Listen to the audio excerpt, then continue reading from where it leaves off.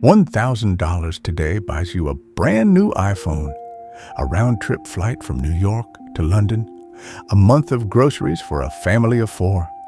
That same $1,000, if you just leave it sitting as cash, in 30 years will only buy you what $412 buys today. That's it, less than half. Because inflation, running at an average of 3% per year historically, silently eats your money alive every single year, whether you're watching or not. So the real question isn't, what is $1,000 worth today? The real question is, what do you do with it?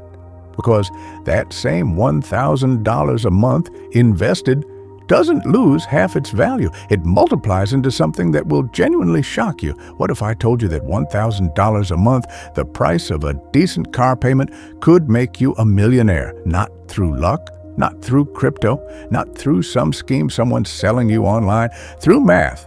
Pure, brutal, beautiful math. In the next 6 minutes, I'm going to show you exactly what happens to $1,000 a month over 30 years, with real numbers, real history, and a result that will genuinely change the way you think about money forever. Stay with me, because the number at the end of this episode is not what you expect. Let's start with the most important question. What are we actually talking about when we say $1,000 a month? That's $12,000 a year. Over 30 years, if you simply stuffed it under your mattress, you would have $360,000. Not bad. But here's where it gets extraordinary. Because money that sits still dies slowly. And money that moves, that works, does something completely different. Let's run the math. The S&P 500, the index tracking the 500 largest American companies, has returned an average of approximately 10% per year since its inception in 1957, according to historical data compiled by NYU Stern School of Business. Adjusted for inflation, that's closer to 7% in real terms. So let's use both numbers. Let's be honest about this. If you invest $1,000 every single month for 30 years at a 7% annual return, and which is the inflation-adjusted conservative estimate, your portfolio grows to approximately $1,227,000. From $360,000 invested, that extra $867,000, you didn't earn it. You didn't work for it. Compound interest earned it for you. Now let's use the more optimistic, but still historically supported 10% annual return. Same $1,000 a month. Same 30 years. Final value, approximately $2,260,000. You put in $360,000. The market gave you back $2.26 million. That is a 6 times return on your money without a single extra dollar of effort after the initial investment. This is not speculation. This is the documented historical behavior of the American stock market over the last century. But let's go deeper, because the science behind this is fascinating. The principle at work here is called future value of an annuity, a core concept in financial mathematics formalized in the early 20th century. The formula accounts for regular contributions, the interest rate, and the time period. Time, in this equation, is the most powerful variable. And here's the part most people miss completely. The majority of your wealth, in this scenario, is not built in year 1 or year 5 or even year 15. Roughly 50% of your total final value accumulates in the last 8 years of those 30. That's the exponential curve of compounding. It starts slow, it feels invisible, then almost suddenly it becomes unstoppable.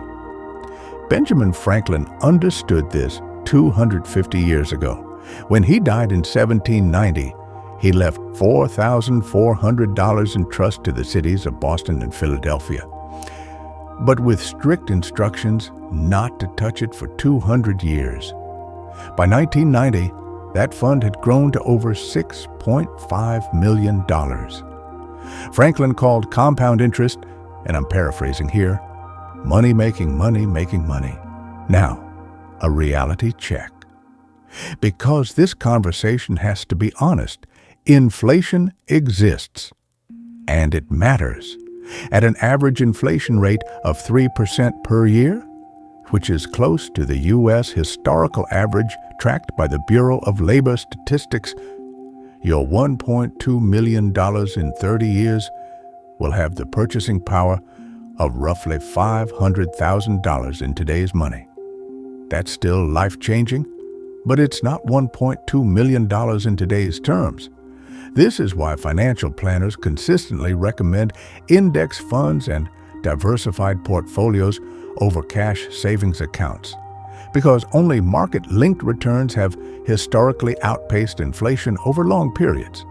A savings account at 2% interest over 30 years gives you approximately $583,000, barely beating inflation and nowhere close to the compounding power of a broad market investment.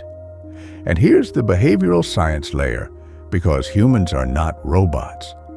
A landmark study by Shlomo Benartzi and Richard Thaler, both behavioral economists, found that the single biggest obstacle to long-term investing is not knowledge, it's consistency. Most people stop. They panic during market downturns.